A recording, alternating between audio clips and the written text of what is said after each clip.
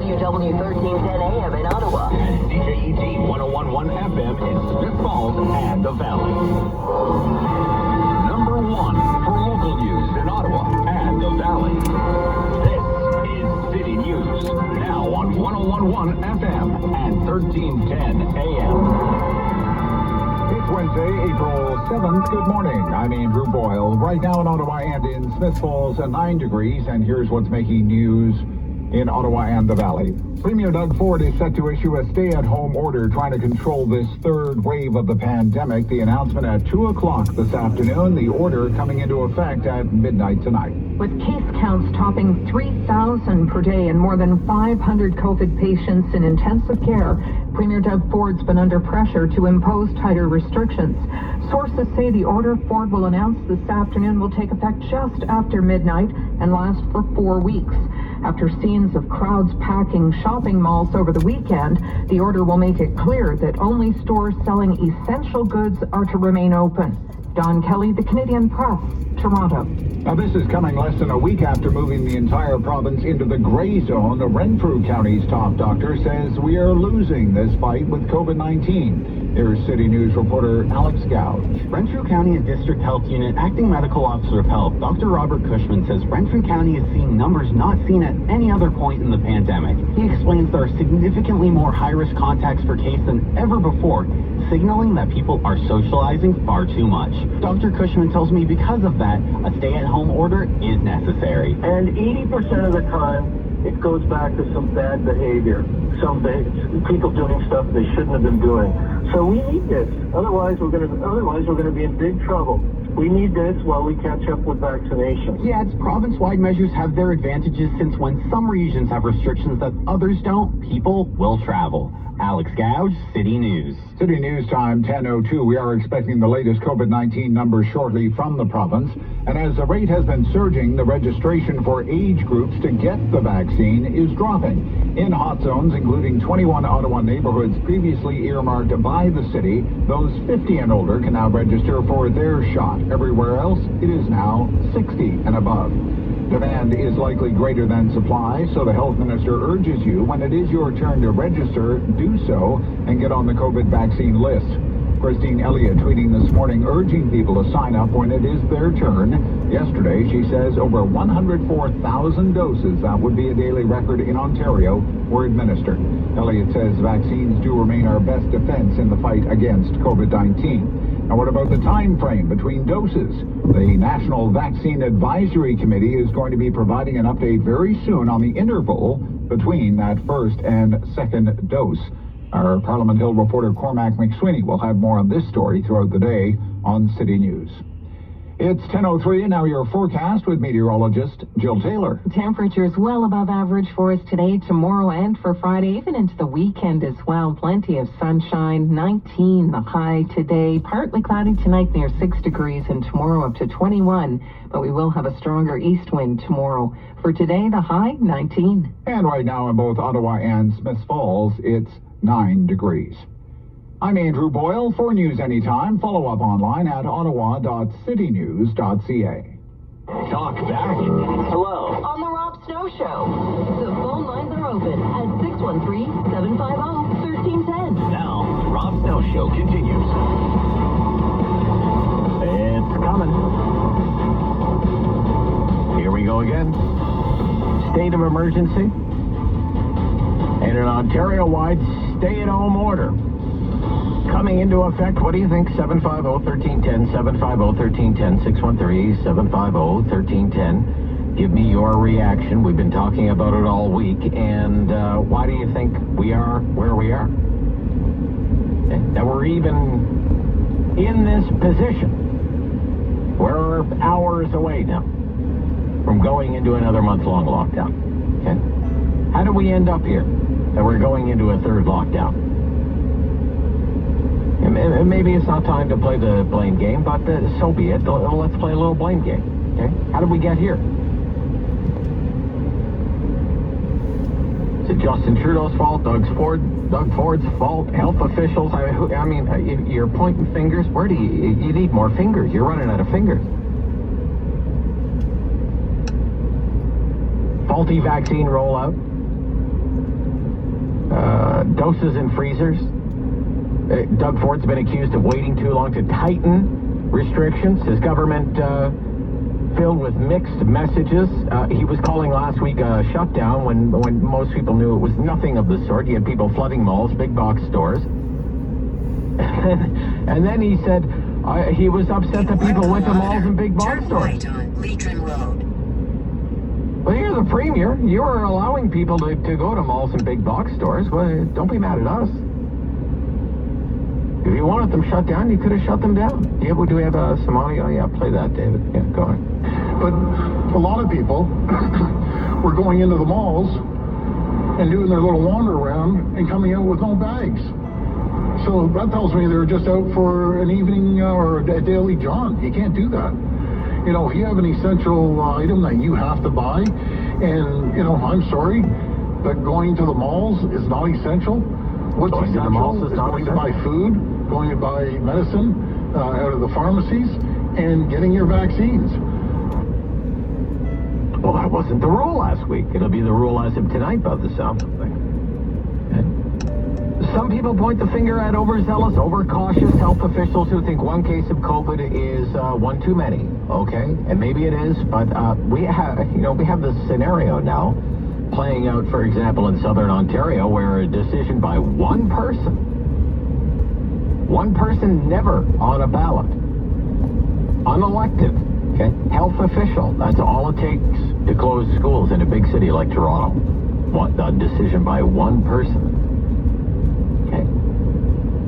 So is it the actions of one of these people, all of these people, one more than all the others? Is it all of the combination? Just how did we end up here more than a year into this pandemic, more than 100 days after the last lockdown?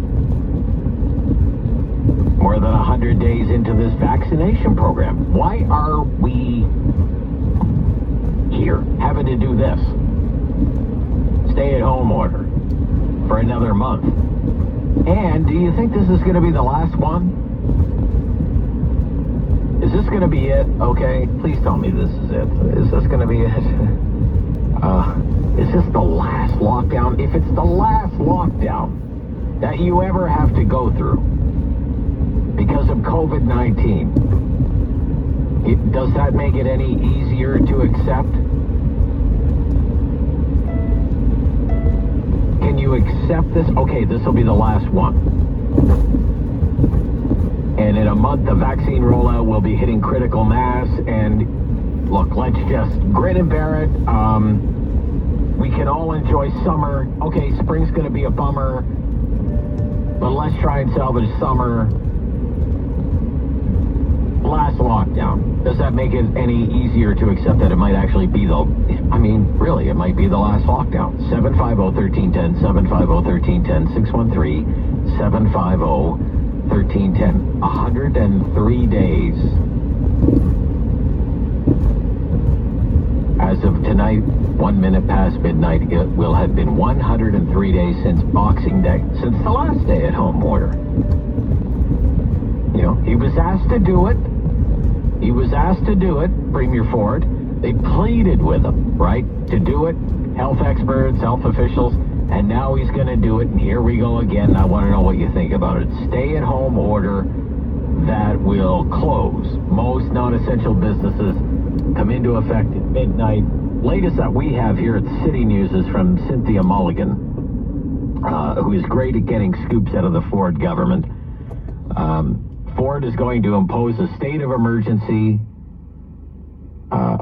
merely for technical purposes. That is what allows them to impose a legal stay-at-home order. It has to be under a state of emergency. So Cabinet is going to meet at 11 o'clock this morning, quote, fine-tune the plan. But she's been told this idea of banning travel from one region of the province to another region of the province is not part of the plan. It's too difficult to enforce. And that they're not considering a Quebec-style curfew. That's not in the mix either. In Quebec, it's 5 a.m. 8 p.m. to 5 a.m. is the curfew in Quebec. certainly limiting big box stores selling essential items only is under consideration, as well as all non-essential retail being curbside only. Okay? That's the latest that we have out of Toronto. Diane, Stittsville, good morning. You're on City News, Diane. Good morning, Rob. Hi. Well, I have to accept what's going to happen today. I really like Dr. Etches, and I think she's a very smart lady, and whatever she says, I agree with. Okay, so I want to go to Trudeau. His 3 words are Build Back Better. Yeah. So first of all, he did do a good job when those airplanes came in from China, and he sent them to Trenton and other places to isolate. So that was good. But he let planes come in from other countries, like the UK, and someone brought the variant in from the UK to Ontario, to Barrie, to the long-term care place there. So he should have been cutting back more of those airplanes, right? And we should have gotten vaccinations here sooner. Money that went to the CERB for 15 to 20-year-olds that were still living at home, maybe that money could have gone to Amazon workers or Gateway post office workers to reduce the number of people there. Yeah, good point there. I think that Ontario is larger and bigger than most countries in the world, and we're getting too much of the vaccination all at once. So people are complaining this week that we're not getting them in the arms fast enough. And finally, the poor areas in the cities are finally going to get vaccinated first. It was on the news last night, certain postal codes, they're going to get the vaccine. So, and I agree. Costco, all those places, just essential items only. Yeah. You're good with that. Okay. Yeah. Thank you, Diane. Very good. Okay, thank you for your call. There's a clean line for you right there, open line there. Ottawa, Jessica, good morning. Hi there. Hi. So, I guess my other radio is in the background. So I think that it will be the final lockdown if we just do it right. Okay. I think that there's a lot of half measures going on, and I kind of get it because the politicians and public health officials are trying to balance between people's livelihood and public health concerns related to COVID-19. Yeah. And I think that we should have done this for a while. Like, I find cases go up when things are reopened, and then when we lock down, cases go down. We need to have an extended real lockdown where Costco, Walmart, they can only sell essential items. Because why are why are we able to go to Costco and buy jewelry, but People's and Burns? Yeah, but if you own a jewelry store, you can't open and sell jewelry. Exactly. Sure. So why can we do that at Costco right now? Sure. It's not fair to the little guys. Yeah. And if we have an extended lockdown with an extended stay-at-home order... But in your head, you're thinking if it's the last one and it's done right, I can deal with it. Is that what you're saying? Yeah, if it's the last one and it's done right, it'll allow us the time to ramp up the vaccination campaign. Right. Then I think if we do it right, this could be the last one. But if we don't do it right and we open too soon, then it's not going to be the last one.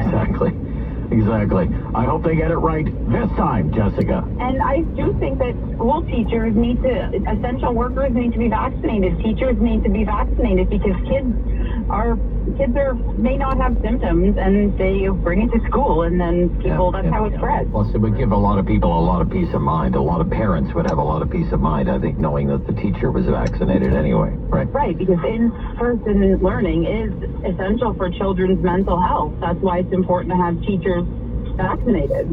Thank you, Jessica. Thank you. There we go, Talkback Hour. We are on our way to another lockdown. Stay-at-home order to come into effect at midnight tonight. 2 o'clock news conference this afternoon from Premier Ford. Your reaction, please, at 750-1310 on City News. Is addiction holding you and your loved ones hostage? Have you tried to break the cycle on your own? The Canadian Health Recovery Centre is Canada's most innovative, evidence-based treatment centre designed specifically for men. CHRC's program focuses on the underlying issues, including biochemical and neurological imbalances that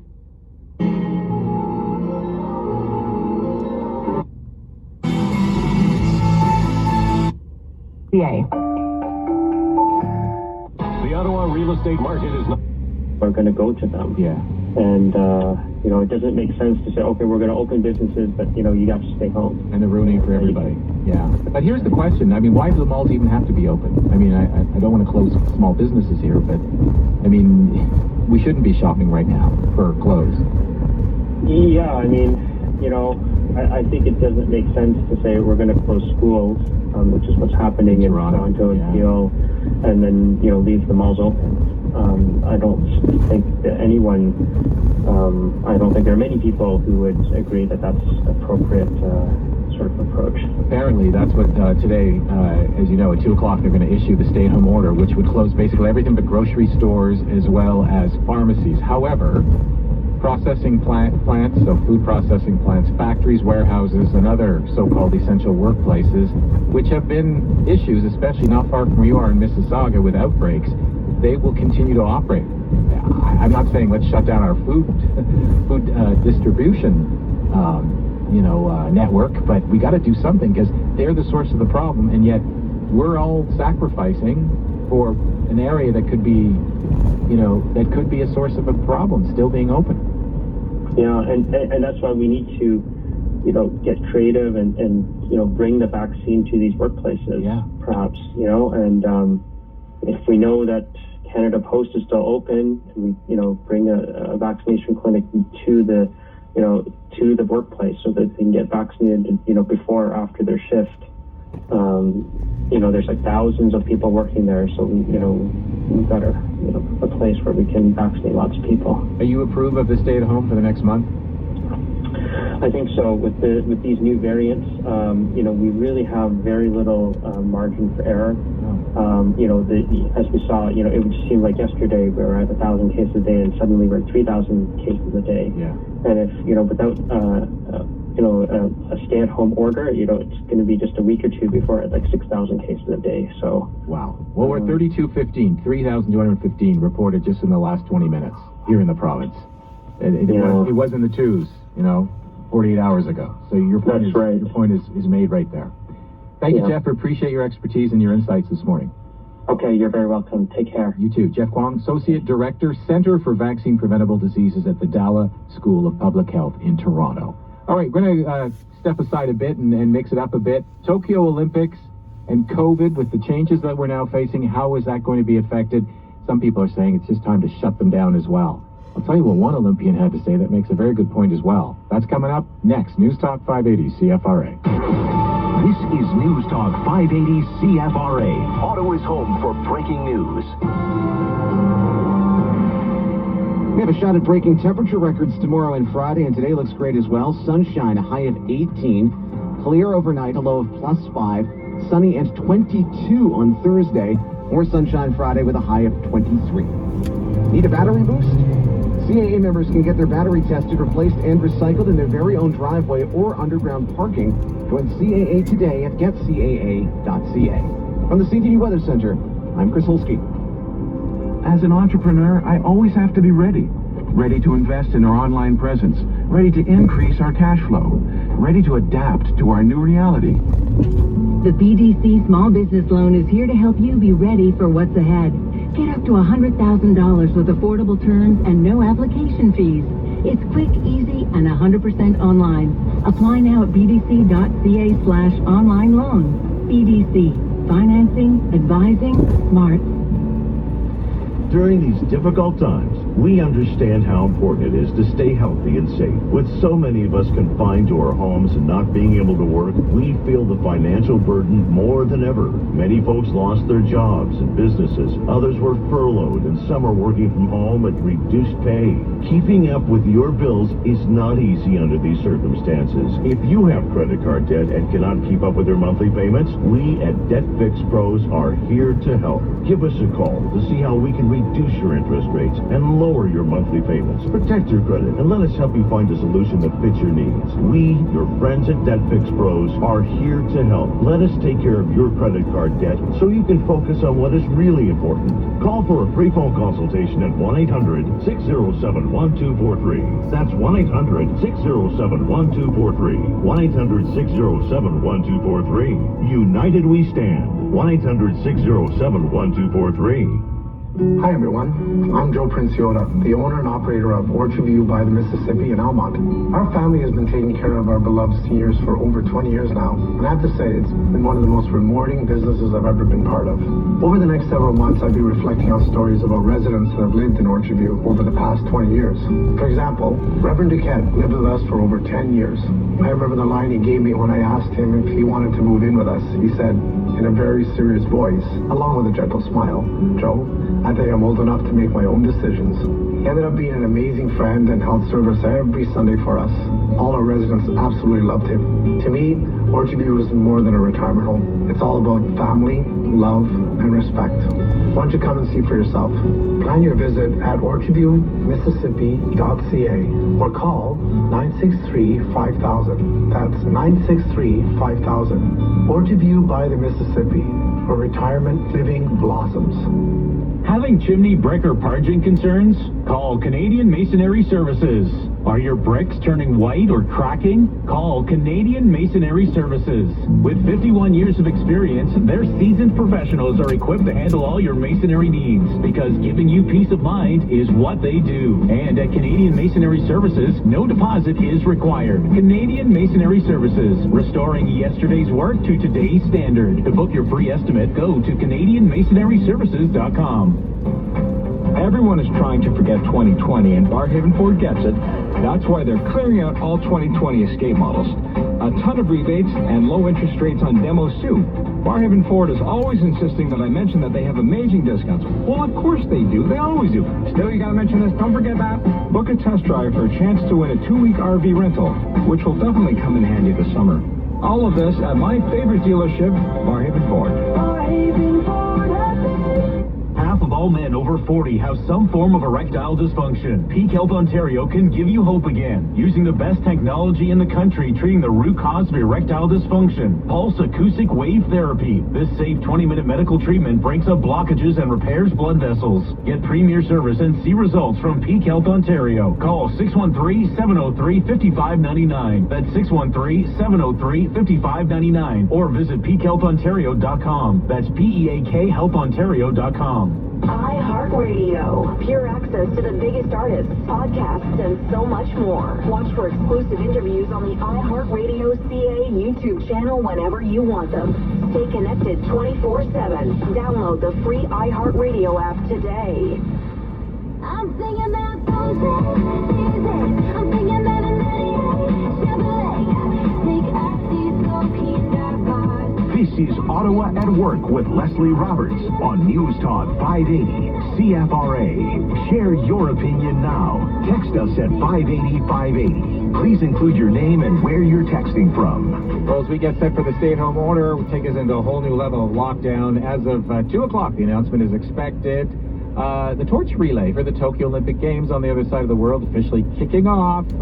Listen to this. Over the next 100-plus days, more than 10,000 torchbearers will be carrying that flame right across Japan, and the opening ceremony still scheduled for July 23rd. This, of course, after it was canceled last March, with the initial pandemic wave spreading right around the world. So Tokyo 2020 is going to keep its name, despite the delay.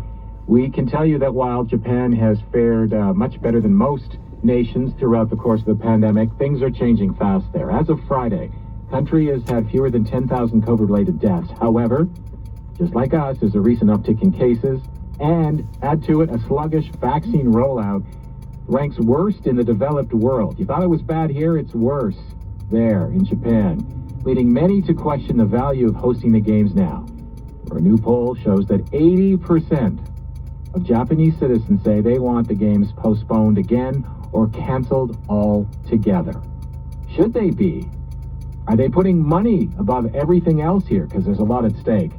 Speaking of money in sports, Moshe Lander, economist, Concordia University, specializing in studying the economics of professional sports. Good to talk to you again. Thanks for your time, Moshe. My pleasure. All right, what do you think? Is that a valid question of putting money and everything that's connected to Olympic Games financially ahead of everything else here? And it's a valid point? Well, they definitely are putting money ahead of health. The problem is that they're not going to make any money. So I think at this point it's the fact that they've spent billions of dollars on infrastructure that they want to get something for their expenditure. But there's no way they're going to make back money. Olympics in general at the best of times don't make money. So, that's kind of what's guiding it right now. And there is no plan B, right? If they don't run it this summer, 6 months after the Summer Olympics are the 2022 Winter Olympics in Beijing. So it's now or never. The International Olympic Committee and the government of Japan, who has the pull here? Who triggers what happens? The IOC, of course, has the final say because they say, look, we're not doing it. There's nothing the Japanese government can do to make the Olympics happen, right? But those legal documents are so dense and so detailed that many of these contingencies are already laid out in terms of having to cancel the games. Even if it wasn't a pandemic, it could have been war, it could have been something else that happened in Japan, it could have been an earthquake even. So there were all kinds of contingencies laid in there, and I think at this point it's merely a matter of just what is the least bad scenario. Run it in 3 months or just cancel it outright, and who's going to be responsible for all of the costs associated with cancellation. That's a huge legal mess that I'm sure neither side wants to deal with, and so they'll probably just go ahead for no other reason than to spare them that. Well, we haven't talked about the athletes, of course, who have been training and then delaying it, and now they're, you got to peak on when your event day happens. And I happen to work with a former Canadian Olympic on the morning show I do here in Ottawa called CTV Morning Live, Rosie Etta. She was, I think, third-time Olympian, now working with me on the television show I do. And I said, would you go, knowing what you know about, the pandemic? And she said, we're doing hockey games. We did the, basketball. Of course I'd go. And I would take the proper precautions. Is that part of it as well? Is this, we can go ahead and still have this, even though outside of the infrastructure, things may be falling apart. Yeah, I think when you're an elite athlete, and you can certainly talk to your colleague on this one, I think there's a certain mindset that gets you to that elite level, and it's what separates them from us, right? So that indomitable belief in themselves and what they're able to accomplish, and the fact that they want to compete and show that to the world is just kind of part of their DNA. And so, yeah, they're completely right that if we could put on professional sports, you could put on the Olympics. It's just going to be something that resembles what we're seeing in other professional sports, which is the fans are not going to be there. There's going to be a lot of empty cavernous stadiums or very limited. I think right now they're saying only to Japanese citizens. Right. Even there, they're going to decide what capacity is. But yeah, the athletes want to go, and if they really feel it's unsafe, you know what? They won't go. But I don't think that's going to be many of them. Well, you can be sure they're going to be record viewership because people are staying home, and these are when we watch, right? It's something like the Olympics to see how these countries do. Even though it's going to be weird with the empty stadiums, but we're kind of getting used to that now as we watch professional sports. Yeah, it's funny you say that, Leslie, because I'm not entirely sure that I would agree that there's going to be record viewership, right? If you kind of watch the way that we've watched the NHL or the NBA or even the NFL, the numbers were down. It's kind of this weird realization that we don't really totally need sports. And I'm saying that as a sports fan, and I will be watching the Olympics if it's on this summer. But, the fact is that we're so desperate to get outside, especially in the summertime, and especially after the hard 12 to 18 months that we've gone through. I don't know that it's going to be appointment viewing, especially where you're talking about Olympics that always do badly ratings-wise when it's halfway around the world, right? Don't forget that once you start talking about time shifts and things like that, some of these events are going to be at 4 in the morning, and we're just not going to be watching anyway. So once it's on time delay, once you have social media and you already know the result, I'm not sure that there's going to be a lot of viewership in today's kind of world. So when all this is said and done, if they don't make money, in fact, they may lose money, viewership is down, that means sponsorships are down. Could this have an effect on how the Olympics as a business go ahead? Yeah, absolutely. So, one of the things about the pandemic is that it's exposed bad business plans, right? So it's not necessarily the pandemic that's ruined businesses, it's just exposed those that don't have a proper business plan to deal with kind of the changing world, pandemic or not. And the Olympics is one of them. And you can already see that the next Winter Olympic cycle in 2026 after Beijing is going to be a co-hosted city event. Right. And I think that's kind of where we see things going. You've already seen in soccer events, South Korea and Japan co-hosting international soccer events and things like that. I think the days of one city hosting the entire Olympics is done, other than the Olympics that have already been awarded. And going forward, if they continue to exist at all, it's going to be multi-country or multi-city, and maybe even over multi-time periods where maybe the skiing events are held in 1 week, and then the figure skating events are held in another week, and then the hockey events are held at a time that suits the NHL. I could really easily see the Olympics kind of starting to disentangle from 1 2-week event in one city. Interesting. All right. Thank you, Moshe. Appreciate, as always, your insights. Anytime. Moshe Lander, economist, Concordia, specializing in the economics of professional sports. We'll break for news. News Talk 580 CFRA. You're listening to News Talk 580 CFRA. TheCarClub.ca, now with 4 safe test drive centers in Ottawa and unbelievably low prices on hundreds of vehicles. TheCarClub.ca, a new way to buy a car. Good morning, I'm Chris Holsky. It's 10:31. Here are the top stories from CTV News. Ontario is on course for another stay-at-home order, set to kick in at 12:01 tonight. Sources tell CTV News this is what we can expect to hear from Premier Doug Ford when he speaks at 2 this afternoon. Nothing is official until his speech, but the plan as it stands now is to close all retail outlets for in-person shopping, except for grocery stores and pharmacies. There would still be curbside pickup. Big box stores would only be allowed to sell essential goods. The order is expected to last 4 weeks, meaning it could come to an end on May 6th. Cabinet meetings continue today. The number of new COVID-19 cases in Ottawa has gone back above 200. Public Health Ontario reporting an increase of 225. The provincial number, 3,215. Vaccine appointments opened up for all adults 60 and older in Ottawa today. Just like the last few weeks, we are getting some reports of glitches. A first for Ontario's vaccine rollout, Premier Doug Ford revealing on Twitter this morning 104,000 shots were administered on Tuesday. This is the first time that number has broken the 100,000 mark. About 2.7 million doses have been administered total, though the number of full vaccinations remains in the low 100,000s. Those are the top stories. Your next CTV News update at 11.